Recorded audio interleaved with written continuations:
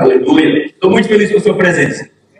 Eu não imaginava que o Senhor ia me aprontar como Ele está me aprontando agora. Amém? Mas eu não tenho como não deixar de compartilhar uma palavra com você nessa noite. E eu acredito que é uma palavra muito pontual. É uma palavra que tem a ver com Páscoa. É uma palavra que tem a ver com vida. Diga assim, a palavra de hoje. A palavra de hoje. Tem tudo a ver. Tem tudo a ver com vida. com vida. Vida.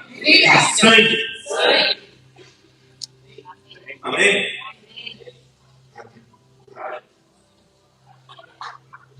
E eu quero falar um pouco sobre Páscoa, mas eu não quero falar do ponto de vista como a gente costuma ver por aí. É o coelhinho, nada contra coelho, nada contra chocolate. Né? Quem tiver chocolate quiser me abençoar, aceito, não tem problema nenhum. Eu costumo aproveitar as oportunidades para mostrar Jesus. Sabia? Eu costumo aproveitar as oportunidades, mesmo sabendo, quando você conhece um pouco, você começa a perceber que o calendário ele não bate. Né? O período não era bem esse, né? não foi o dia, a ressurreição não foi bem assim. Mas eu não estou preocupado em relação a isso. Eu estou preocupado em transmitir uma informação o qual venha encontrar um lugar no seu coração. Tá? Eu quero falar exatamente sobre esse tema aí. Páscoa, o sangue que libera. O motivo principal da Páscoa não é somente você não comer carne vermelha. Lá para o Nordeste, quando chega isso, a galera é muito religiosa. Então, chega ao ponto que as pessoas elas não comem carne vermelha, é proibido comer carne, é pecado. Aí você vai comer peixe. Aí por conta disso, o mercado pega os peixes que, digamos, eram do valor X, aí cobra 3x. Aí leva o gasta dinheiro. Nada contra gastar dinheiro, comer peixe, eu gosto muito de comer peixe. Mas as pessoas se aproveitam, então é tudo algo meio que comercial. É meio que mercadológico. E por ser mercadológico, o que acontece? A igreja vai no vácuo de forma errada. A igreja ela aproveita esse movimento, mas ela não aproveita de uma maneira eficaz. Eu não estou criticando, é porque eu vejo que às vezes deixa tanto a religiosidade entranhar.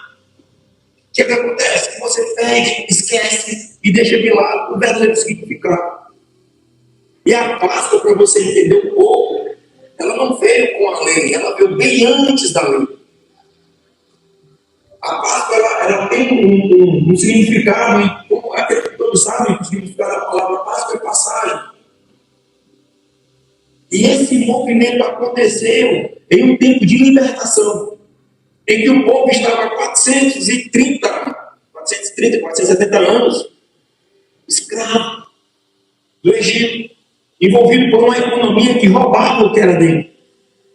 Após a morte de José, o que aconteceu? O povo estava no Egito, porque José, como foi usado por Deus para organizar a economia daquela nação, quando teve os 7 anos das vacas gordas e os 7 anos de seca, das vacas secas, conforme magras, conforme foi apresentado ao sonho de Faraó, o Senhor levantou José para poder estabelecer e organizar a estrutura daquela nação, que era uma nação muito grande na época, a dizer, era a principal, a maior nação do globo terrestre na época. Então o Senhor levantou José, um homem com sabedoria, capacidade, habilidade e destreza para poder organizar. Depois da morte de José, o que aconteceu? O povo começou a se multiplicar. E depois da morte de José, o povo esqueceu um pouco da sua cultura, esqueceu das essências, esqueceu dos princípios, esqueceu do modus operandi como os céus. E como o povo hebreu, o povo estava envolvido com uma cultura totalmente. E essa cultura levou ao ponto de escravizá-los. E aqui Deus começou a me mostrar algumas coisas sobre a questão de quando se trabalha demais e você não sabe aproveitar o trabalho que Deus te entrega, você se torna escravo do trabalho. E sabe o que é interessante? É porque aqueles que trabalham de forma errada, eles vão receber de forma errada. Mas aqueles que trabalham de forma correta, eles vão receber da medida correta. Se você trabalha, tem o teu tempo de descanso, o teu tempo de estar envolvidos, de se envolver não somente com a tua família, mas se você é cristão, é crente, independente da religião que você esteja envolvido, mas se você tem o teu tempo de trabalho, se você não consegue organizar o tempo para estar envolvido com as coisas da tua casa, do teu casamento, dos teus negócios, da igreja em qual você está envolvido, tem alguma coisa errada. E você se torna escravo. E chega ao ponto de você trabalhar dia e noite e depois você se cansa, porque você vai olhar e vai dizer: nossa, eu perdi relacionamento, eu perdi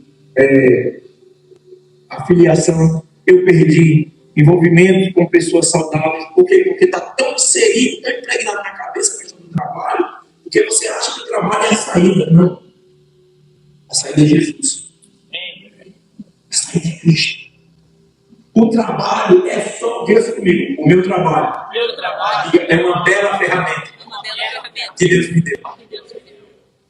Diga assim: o meu trabalho, eu exerço autoridade sobre ele. Aprenda isso. Todo homem, toda mulher que trabalha de forma demasiada e não tem tempo para aproveitar a vida como é para ser, você não passa de um escravo, assim como o povo mesmo. Escravo. E esse povo estava há mais de 400 anos nessa escravidão. E quando chega no capítulo 12, depois que Deus tenha um tempo, uma DR com Moisés, ele começa a mostrar para Moisés que Moisés estava levantando Moisés para tirar o povo daquela prisão. E depois de 80 anos, né, porque foram 40 anos quando ele saiu do Egito, fugiu, passou mais 40 anos no deserto, o Senhor levantou ele, então ele já estava com uma idade já um pouquinho avançada, 80 anos. E ele decide fazer isso, e o Senhor teve misericórdia da vida de Moisés, levantou até Arão, seu irmão, para poder ajudá-lo, porque ele disse que era pesado falar, que não sabia se expressar, só que o Senhor tinha um propósito, queria usar Moisés. Então tudo isso aconteceu, e no capítulo 12, tem um momento em que, na epígrafe, né, no título que tem, acima do capítulo, que se chama epígrafe, né, que é o título, na minha Bíblia tem dizendo assim: instituição da Páscoa. A Páscoa acontece nesse episódio em que o povo ali já estava passando, já estava na mão da praga, porque Faraó estava com o coração endurecido, não queria liberar o povo, porque o Senhor queria que o povo fosse liberto para ir para o deserto, para adorar no deserto. Então estava naquele impasse que Faraó não queria deixar. Então estava aqui, a Páscoa estava antecedendo a 10ª praga. Eram horas que antecediam a 10ª praga. Qual era a 10ª praga? O anjo da morte vinha sobre o Egito para poder tirar a vida do primogênito. Eu tenho estudado sobre o primogênito, a unção do primogênito. Isso é muito poderoso. Só que nesse episódio o Senhor fala com Moisés e diz: o meu povo, precisa fazer um ritual, tá? Precisa tomar um posicionamento para que o anjo não leve o primogênito. E era tão sério que a palavra diz assim: ó, o Senhor falou para Moisés: ei, eu vou arregaçar, em outras palavras, eu vou levar o primogênito, não só das mulheres, mas do gado também. De tão forte, tão real, de tão poderoso era esse movimento, sabe, de tão violento, porque o Senhor estava decidido a libertar seu povo. Diga assim: quando o Senhor decide algo, diga assim, sobre a minha vida, Ele faz tudo para que eu fique liberto. Amém? E nesse capítulo 14 a gente vai discorrer um pouco no capítulo 14 sobre isso. E aqui tem alguns pontos que eu quero tratar com você, tá certo? E entenda algo, não, isso aqui não é apenas um ensinamento histórico. Isso aqui é um padrão espiritual que o Senhor usa para aqueles que querem viver na liberdade com o Senhor. Tá? Então, o primeiro ponto que eu quero tratar com vocês aqui eu acho que é um versículo, qual outro versículo aí? Esse versículo eu quero tomar por base, que eu estava lendo e eu achei muito bonito. Quando o Senhor fala isso aqui, ó: este será um dia a ser recordado. Primeiramente, você não está aqui só porque hoje é a Páscoa, conforme a sazonalidade, no período festivo. Não. Você está aqui porque desde a conversa que o Senhor teve com Moisés, ele disse: Moisés, esse é um período, é um dia a ser recordado. Diz assim, todo ano, de geração em geração, vocês celebrarão como festa especial. Diga assim comigo, a Páscoa é uma festa muito especial.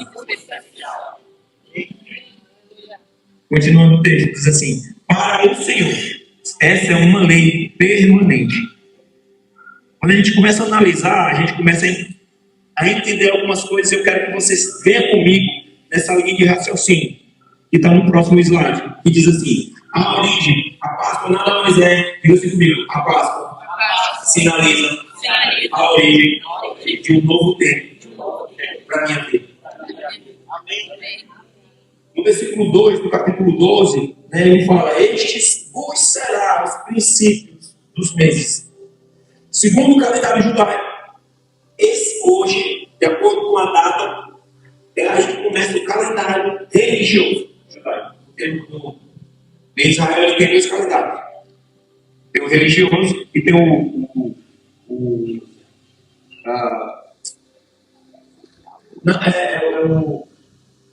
político, né? É o político. Para o povo de Israel, o ano começou agora, não agora hoje, tá? Começou há uns 15, 20 dias atrás. Porque o calendário judaico, ele nunca bate. Ele sempre começa no meio do mês do nosso mês. Tá? Então tem essa disparidade um pouquinho. E sabe o que é interessante? É porque quando nós entendemos que a Páscoa sinaliza um novo tempo, nós temos a oportunidade de todas as vezes que nos reunimos para celebrar a Páscoa, celebrar o tempo que o Senhor está liberando sobre nossas vidas. Você consegue entender aquilo? Você consegue nem entender, não. Eu não quero entrar nesse viés de eu não quero ir na tua mente, eu quero ir no teu espírito nessa noite. Eu quero ministrar o seu espírito nessa noite.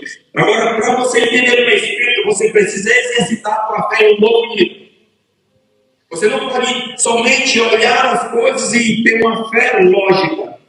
Porque as coisas de Deus, ela leva a tua fé fora da lógica humana. E quando você acredita e você entende, você começa, sabe o quê? A celebrar, porque o povo estava prestes a acontecer algo. O povo já estava vindo de 9 pragas. Era furúnculo, era sapo, era piolho, era a treva, dia de trevas, era a água transformando em sangue. Eu acho interessante porque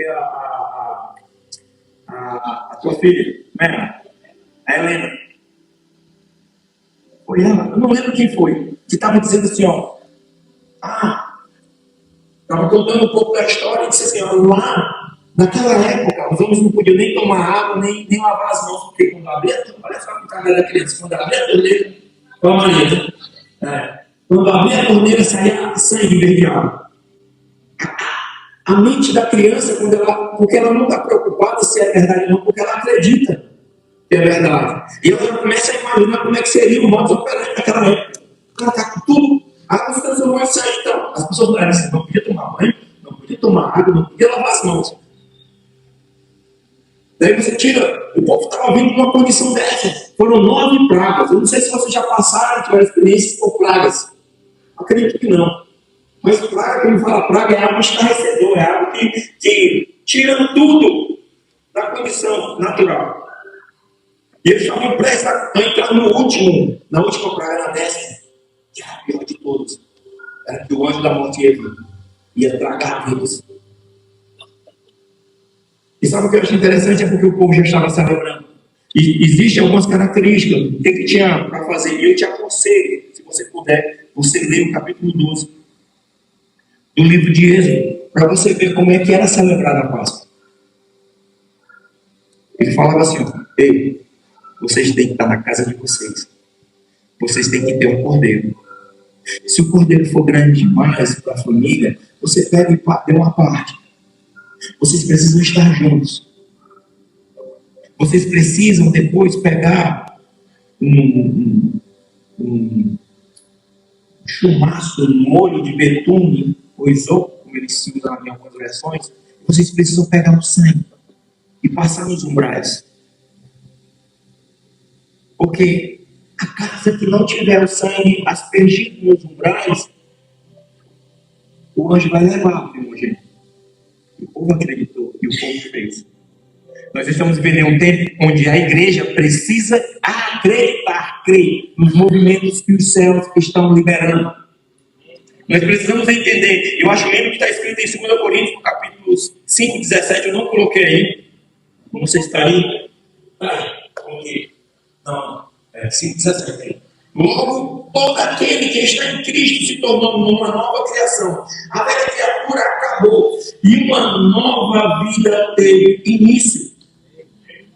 Naquele momento, o Senhor estava dizendo: ei, a Páscoa está dando início a uma nova criatura, um novo ser que existe no meu corpo. E o interessante é porque a palavra, quando diz princípio, início, ela está dizendo assim, ó, é a palavra chamada Rosh. Rosh significa, é o início, é a cabeça. É o início. É tudo um novo governo sendo liberado. O sangue aspergido inaugura um novo calendário. Se você entende e crê, declara assim, ó, o sangue de Jesus Cristo sempre libera um novo calendário para a minha vida. E nós precisamos acreditar. A palavra diz que aquele que está em Cristo é uma nova criatura, as coisas velhas se passaram. E eis que tudo se fez novo. Quando nós acreditamos no sacrifício de Cristo, nós entendemos que sempre existe algo novo a ser liberado. Se existe um calendário que o Senhor está liberando, pastor, mas eu já não acredito tanto. Você precisa acreditar, porque se você não acreditar, o diabo vai fazer o possível, a tua mente vai te roubar, o mundo ele vai expressar para que você não tenha a tua mente em Cristo. E sabe o que eu acho interessante? É porque o tempo do homem acaba. Onde o tempo do homem, quando o homem decide, de hoje em diante eu não quero mais me mover dessa forma, mas eu quero me mover de acordo com o que Deus está liberando. Ali ele dá início a uma nova temporada que Deus tem para a vida dele. Eu estou falando de um homem, Moisés, que começou a fazer algo com 80 anos. Quantos de nós às vezes achamos que estamos com a idade de cantar passado? Não é mais para mim isso. Ei, se você acredita que não é mais para você, sempre dizer, realmente não é. Mas se você acredita que Deus tem algo para você ainda nessa temporada, certamente Ele vai liberar. Sabe por quê? Porque Ele busca aqueles que têm um coração rendido a Ele, acreditando no que Ele vai fazer. A Páscoa sinaliza isso. Quando eu determino o sangue de Cristo sobre a minha vida, eu realmente me torno uma nova criatura. E ser nova criatura é mudar a mentalidade, mudar a postura, mudar comportamentos. Mudar comportamentos é necessário. Vivemos em um tempo onde nós precisamos sempre estar mudando o nosso comportamento. E mudar comportamento não quer dizer que você está tendo comportamentos errados, não. É porque são estações. Vamos lá. Estamos saindo agora, terminando agora o outono. E a gente vai estar entrando no inverno. A maneira como você vai se comportar no inverno vai ser igual que você tem no outono, que teve no verão. Sim ou não? No mundo espiritual é da mesma forma, querido. No mundo espiritual é da mesma forma. A cada ciclo precisa ter um modus operandi, precisa ter um comportamento, precisa ter uma atitude. Sabe por quê? Porque se você se comporta errado na estação errada, você não terá frutos, você não vai colher aquilo que é interessante para aquela estação. Quantas vezes nós achamos que estamos fazendo algo, quando na verdade deveríamos estar fazendo outra coisa? A palavra de Deus me deu sobre essas crianças, não foi eu que planejei. Eu estava sentado e comecei a chorar quando o Senhor começou a me mostrar. O Senhor começou a me mostrar crianças sentadas, crianças assim, modo de falar, fechando grandes negócios. E sabe o que é interessante que eu vi, pastor Guilherme? É que eu via eles fechando negócios, sabe como? Com negócios assim, milionários. E esses negócios milionários, sabe o que faziam? Organizar estruturas para levar o conhecimento de Cristo. Amém. Sabe o sonho que nós temos nessa casa? De ter uma escola. Fala com você.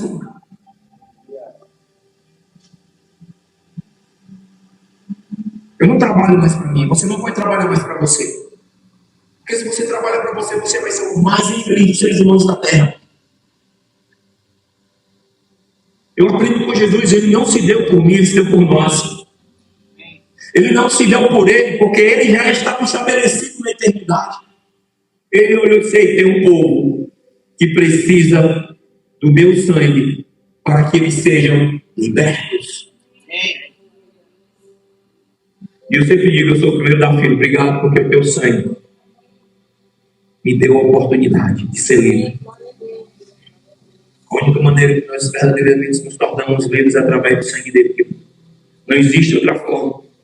O segundo ponto, e antes de ir para o segundo ponto, eu preciso deixar uma frase para você. Ei, o sangue de Cristo não vai melhorar a sua história. O sangue de Cristo, ele reinicia a sua história. Ele te entrega algo novo.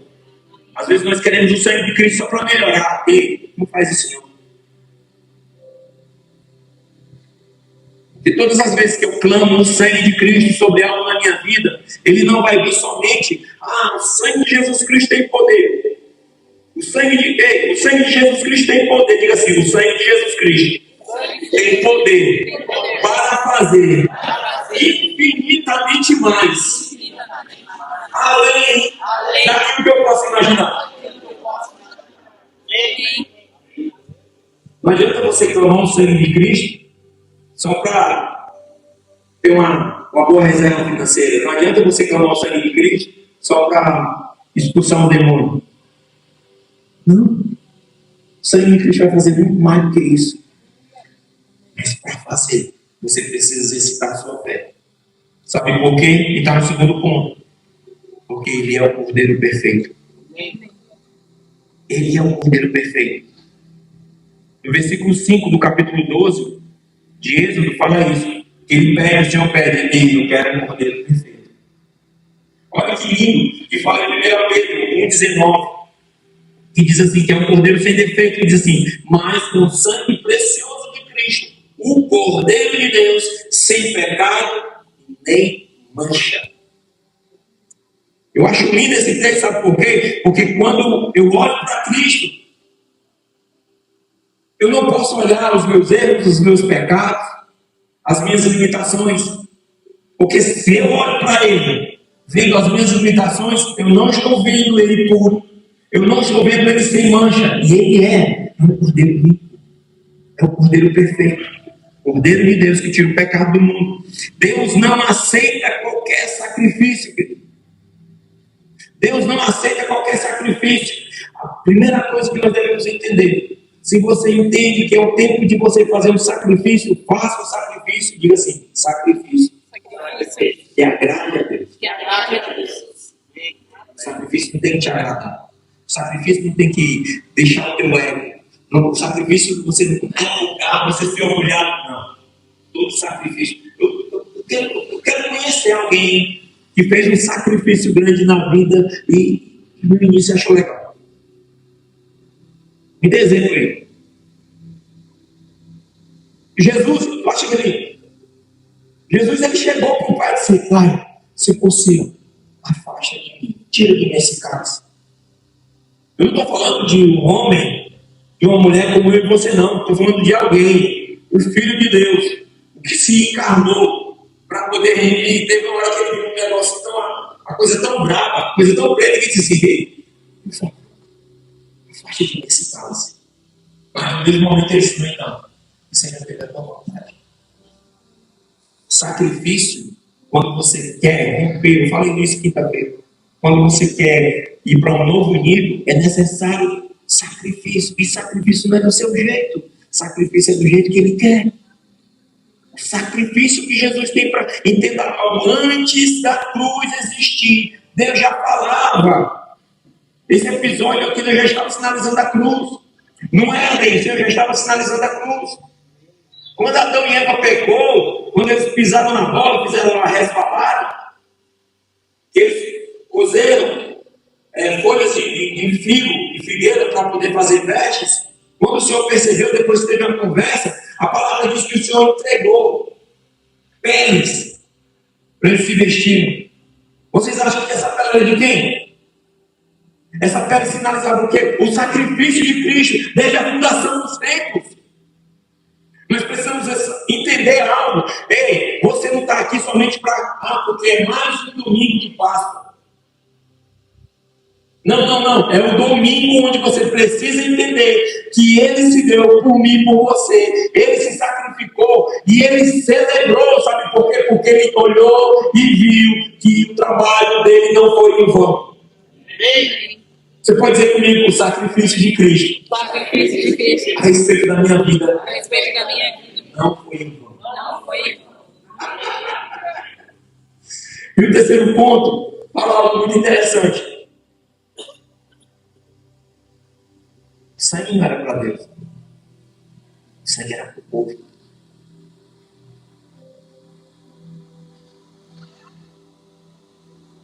O sangue de Cristo, querido, é para nós. Diga-se de passagem, através de nós. No versículo 7 e no versículo 13 do capítulo 12, ele fala que o sangue vos será por sinal. É o sangue dele. Ei, quando tiver aspergido, o sangue ia fazer, sabe o que? Com que você tivesse debaixo. E esse sangue te protege. Diga assim, o sangue de Cristo. O sangue de Cristo Me protege. me protege. O sangue de Cristo tem esse favor. É o sinal, e esse sinal significa marcar, evidenciar, se tornar visível. E quando você clama o sangue de Cristo, você se coloca debaixo do sangue de Cristo, no mundo espiritual. Os ataques não conseguem vir sobre a sua vida porque você está debaixo. E quando você está debaixo, no mundo espiritual, nenhum demônio consegue te enxergar. Nenhum demônio consegue te atacar. Por isso que eu ensino aqui na igreja. Todas as vezes que você for repreender algo mal, você nunca diga, eu te repreendo, porque você não tem autoridade nenhuma. Mas o sangue de Cristo tem. Então use. No nome de Jesus Cristo, através do sangue de Cristo, como igreja, eu te repreendo. No mundo espiritual vai ouvir um eco dizendo a voz do Cristo dizendo lá, eu te repreendo. Não, a voz do Cristo vai dizer, em nome de Jesus, na autoridade que é no nome de Jesus Cristo, como igreja, eu te repreendo. No mundo espiritual, as hostes malignas vão olhar e vão procurar dizer, onde é que vê essa voz? Essa voz diz assim, a voz sempre tem que sair. Sempre tem que sair. Da igreja de Cristo. Sabe quando é que você tem autoridade? Quando você fala através da igreja. Quando você fala através do nome de Jesus Cristo, através do sangue de Cristo. Porque se for através do seu nome, você se torna um nome igual fácil. Você acha que os demônios não conhecem você? Você acha que eles não sabem da sua fraqueza? Sabe qual é a diferença quando nós falamos do sangue de Cristo? É porque todas as nossas imperfeições, todas as nossas falhas são cobertas pelo sangue. E essa postura que nós devemos ter. O Senhor não está procurando pessoas perfeitas. O Senhor está procurando pessoas disponíveis, que estejam disponíveis a fazer a obra dele. Olha o histórico dos 12 apóstolos. Olha a questão de Moisés aqui nesse contexto. Ele falou, cara, envia outro, pelo amor de Deus. Deus, pelo amor de Deus, manda outro no meu lugar, porque eu não tenho capacidade. Quantas vezes o Senhor tem te chamado para fazer algo e você disse, envia outro? Ei, diga assim, Deus. Vamos lá, abra sua boca. Isso é muito instrutivo, educativo assim. Ó. Deus acredita na minha pessoa. Deus acredita em você. Deus acredita em você. Olha o que está escrito em Hebreus 9:22. Se de fato, segundo a lei, quase tudo é purificado com sangue, pois sem derramamento de sangue não há perdão, não há remissão de pecado. Lá em Romanos 5, fala assim, e uma vez fomos declarados justos por seu sangue, a dizer Cristo, tá? Certamente seremos salvos da ira de Deus por meio dele. Ele não precisava do sangue. O mundo espiritual precisava do sangue. e não vê o povo, não vê você. Nós precisamos nos posicionar debaixo do sangue de Cristo. Se não estivermos posicionados debaixo do sangue de Cristo, será um perigo. É muito perigoso. Não basta saber sobre o sangue. Entenda isso. Não basta só você acreditar que o sangue de Jesus Cristo tem poder.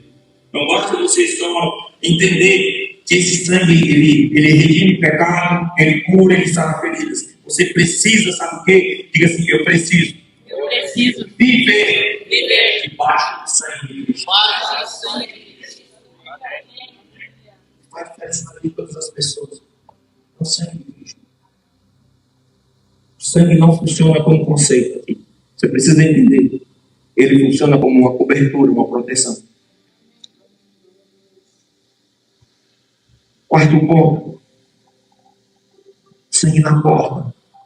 Estava dizendo assim, ó, ei, eu estou debaixo de uma identidade. Eu estou dentro de um território protegido. Se eu posso dar um conselho ao chegar na sua casa hoje, clame o sangue de Cristo como igreja sobre a sua casa. Deus fala, então, coloca nos umbrais, nas vergas, na viga das casas, nos portais. Sabe por que colocou no portal? Porque as portas, diga assim, porta, acesso de entrada. Porta, acesso ao governo da casa. Diga assim, porta, acesso à autoridade espiritual da casa. O diabo não entra de qualquer jeito. Ele entra pelas oportunidades que se dá a ele. Já o Espírito Santo, ele só entra se você der permissão. Você precisa dar permissão para que o Espírito Santo acesse a sua casa e estabeleça o governo dele. O sangue não é pessoal, o sangue é territorial. Quando eu declaro o sangue de Cristo sobre a minha vida, está dizendo que aonde eu for, esse território vai estar me cobrindo, vai estar me protegendo. Aonde a planta do meu pé pisar, esse lugar vai estar no mínimo protegido. Para você que é empresário, para você que é dono de negócio, para você que é funcionário, tem o hábito de quando colocar a planta dos seus pés, eu declaro sobre esse lugar a proteção do Senhor, o sangue de Cristo vindo sendo estabelecido nesse lugar. Agora eu preciso te falar, não fale isso.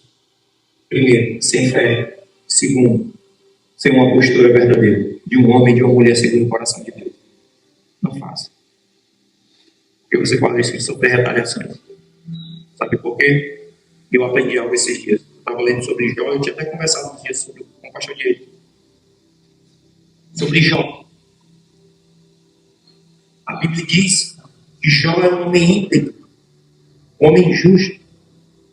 Tão justo que a postura, as atitudes dele subiu aos céus. Tão justo que incomodou o diabo. E a Bíblia diz que Jó, todos os dias, quando os filhos faziam as festas, as festividades, a palavra diz que no dia seguinte estava lá Jó, fazendo sacrifício pelos filhos. A pergunta que eu faço para você: quem ficou com esse mundo espiritual dos céus? Foi Jó ou os filhos? Porque, segundo a palavra diz, fala que teve um dia que o Senhor fez uma reunião nos céus. Estava reunido com os seus. E de repente o diabo chega. E ele pergunta: de onde tu vens? Eu venho de arma de água, ela volta na terra. Aí o Senhor falou assim: tem visto não? Servo Jó? Homem justo igual não existe. Deixa eu falar para você que é pai.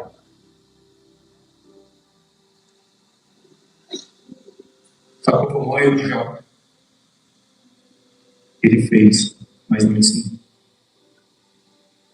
O pior erro de um pai é quando ele decide fazer pelo filho aquilo que é para o filho fazer. Quem foi que morreu? Foi Jó ou os filhos de Jó? Foram os filhos de Jó. Sabe por quê? Porque Jó não ensinou aos filhos.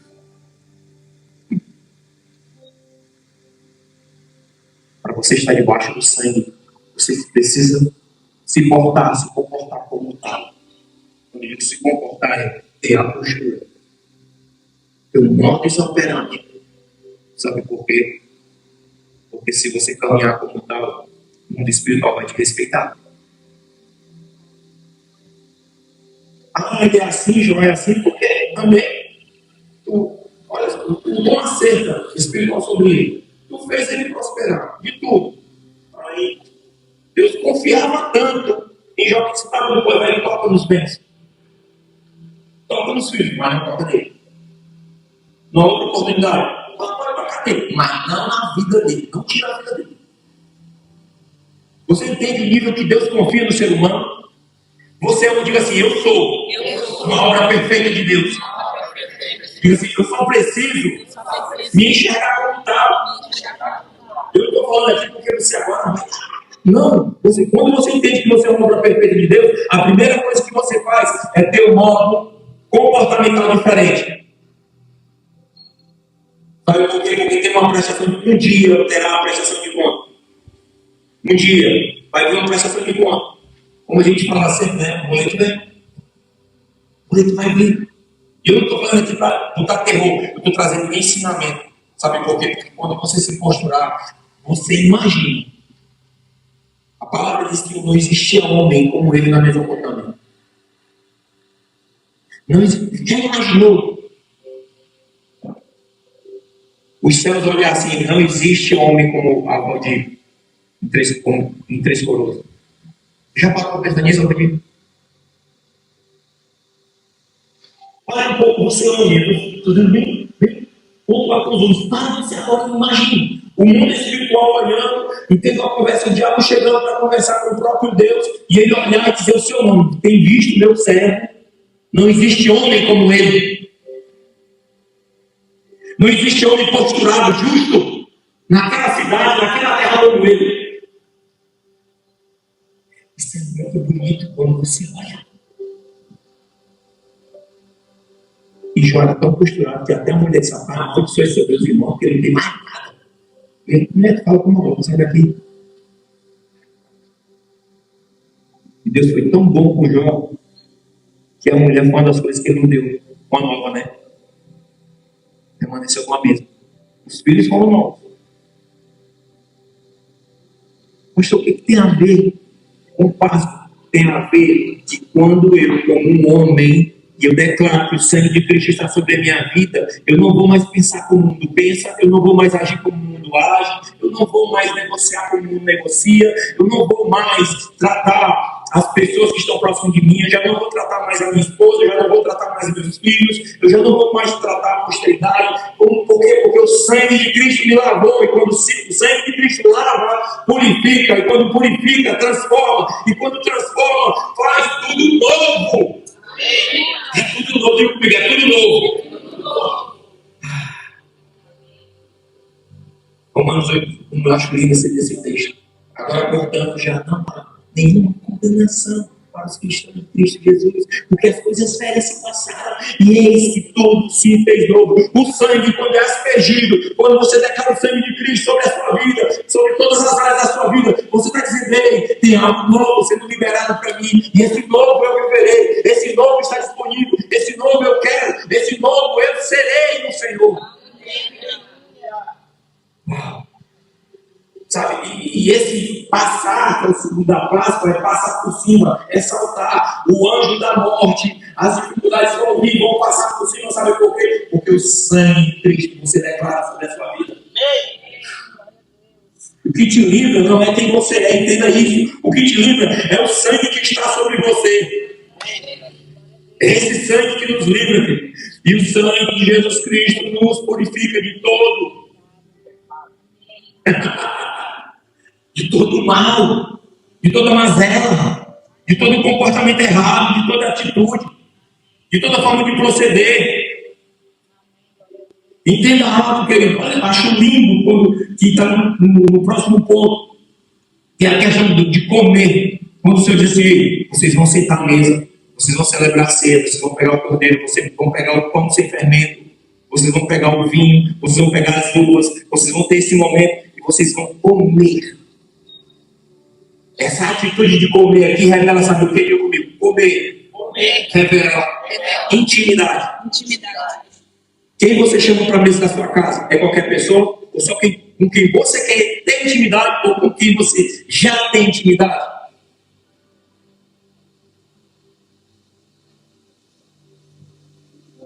Entenda algo, querido. Nós estamos vivendo um tempo em que nós precisamos, é a intimidade com o Senhor que vai fazer a diferença. É a intimidade com Ele. Deixa eu falar algo para você, você precisa entender isso. A intimidade do Senhor nos entrega estratégias para nos proteger, para nos livrar, para ascendermos, para prosperarmos, para vivermos novos níveis do nosso vida. Agora ele só vai entregar para quem tem intimidade. Primeiro, você tem que deixar o sangue. Segundo, você tem que ter tempo de mesa com intimidade. Porque se você não tiver logo, não vai ter. João 6, no versículo 50, do 53 ao 56, diz assim: então Jesus disse novamente, eu lhes digo a verdade, se vocês não comerem da minha carne, comerem a carne do Filho do Homem e não beberem do seu sangue, não terão a vida em si mesmo. No versículo 54 diz, mas quem come minha carne e bebe meu sangue terá a vida eterna, e eu ressuscitarei no último dia. No 55, pois minha carne é a verdadeira comida e meu sangue é a verdadeira bebida. 56, quem come minha carne e bebe meu sangue permanece em mim e eu.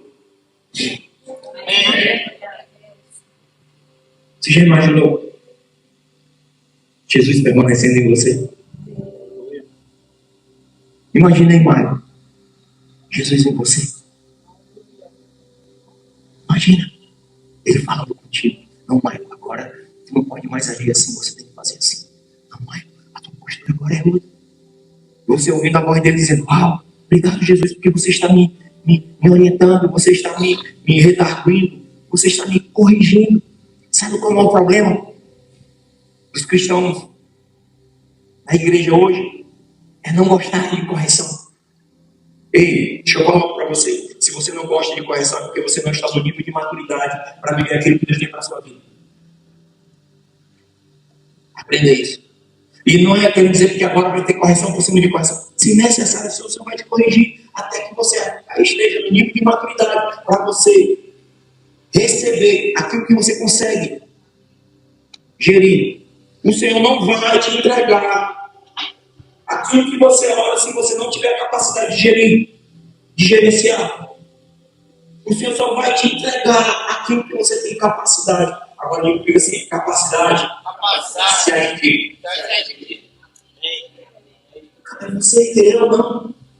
Tanto ou não. Olha só o que fala em 1 Coríntios 11, 26. Porque cada vez que vocês comem desse pão e bebem desse cálice, anunciam a morte do Senhor até que ele venha. Não bastava somente matar o cordeiro. Tinha que comer. Tinha que participar do cordeiro. Isso é muito poderoso. E no sétimo ponto, que eu quero encerrar aqui. O povo, ele está, o Senhor falou para nós, vocês vão comer, vocês vão preparar, mas entendam, vocês vão estar com sandália nos pés, vocês vão estar com o alforje pronto, vão estar com todas as malas de viagem prontas, porque vocês vão comer, assim, comer e agir. Todas as vezes que você senta em uma mesa com Deus, que você tem um momento de comunhão com Deus, sempre Ele vai te entregar algo para você fazer. Todas as vezes que você tiver um tempo com Deus, orando, jejuando, lendo a palavra, um tempo de contemplação, né, que a gente chama de solting aqui, aquele tempo que você para, se anula, deixa de ouvir a voz de fora, você começa a ouvir a voz de dentro, que é Deus falando com você, você começa a entender, Deus começa a falar, todas as vezes que Ele falar, Ele não vai falar somente para você ficar de Deus, que legal. Não. Diga assim, todas as vezes que Deus falar comigo, é para que eu faça algo. Deus sempre vai falar com você para você fazer algo. Não sei o que é, mas que Ele vai falar e você tem que fazer. é necessário. No versículo 11 do capítulo 12, ele fala assim, cingimos, sandália nos pés, cajado na mão, porque vai acontecer isso, o anjo vai vir, vai levar, mas vocês que estão debaixo do meu sangue estão protegidos, logo vocês vão sair. E sabe o que é mais louco? Porque o povo, quando saiu, eles saíram com riqueza. A palavra diz que Faraó deu riqueza e o povo empurrava ele, ó, pega isso aqui, vai embora, pelo amor de Deus, sai daqui, vai, sai daqui, peguem as minhas riquezas, nosso ouro, prata, e levem-se, vamos embora, sai daqui. Todas as vezes que você ouve a voz de Deus, para você fazer algo, sempre o Senhor vai te abençoar com algo, para te manter no trajeto que Ele vai te enviar. Entenda isso. O povo no deserto sofreu porque ele esqueceu do Senhor. Não é porque não tinha recurso. Diga assim, ó. Se eu tiver debaixo do sangue de Jesus Cristo, mesmo no deserto, recurso não me faltará. Entenda isso. Deserto só é ruim para quem está fora do prumo de Jesus. Deserto só é ruim para quem não está caminhando com Cristo. Porque se estiver caminhando com Cristo, uma das primeiras coisas que você vai vencer vai ser o seu eu. A segunda coisa é o diabo. Entenda isso. Jesus nos mostra isso. Amém?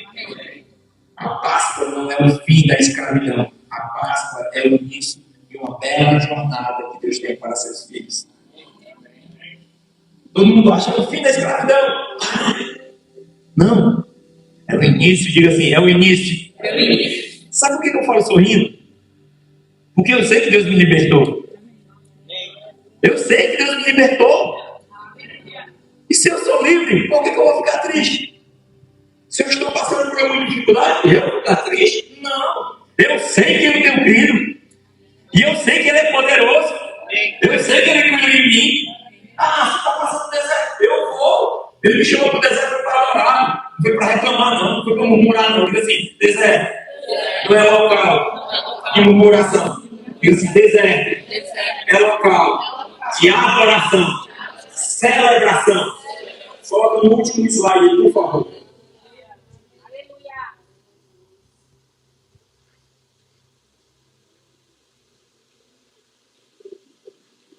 O sangue está sobre você.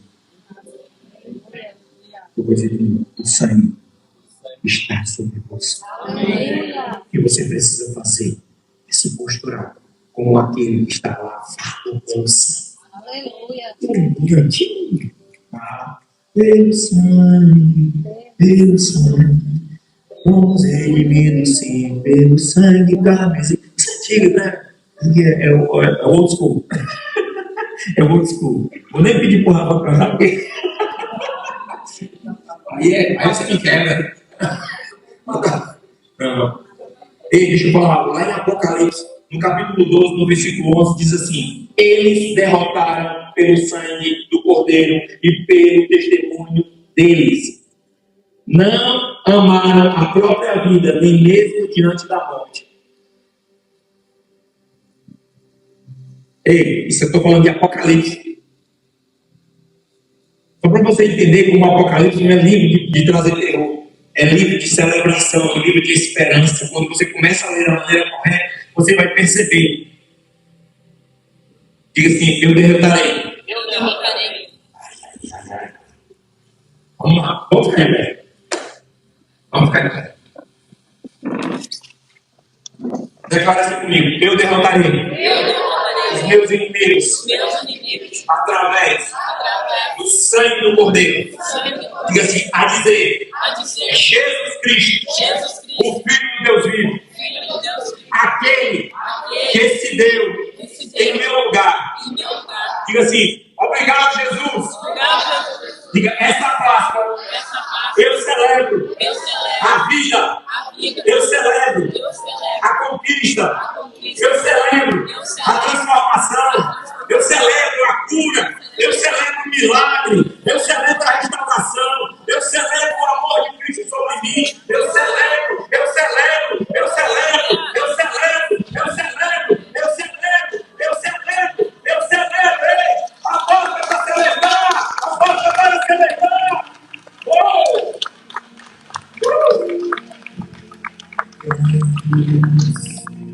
Mostra tua graça, fala do amor do Pai, que prepara para nós o caminho para Deus, onde possa chegar somente pelo sangue.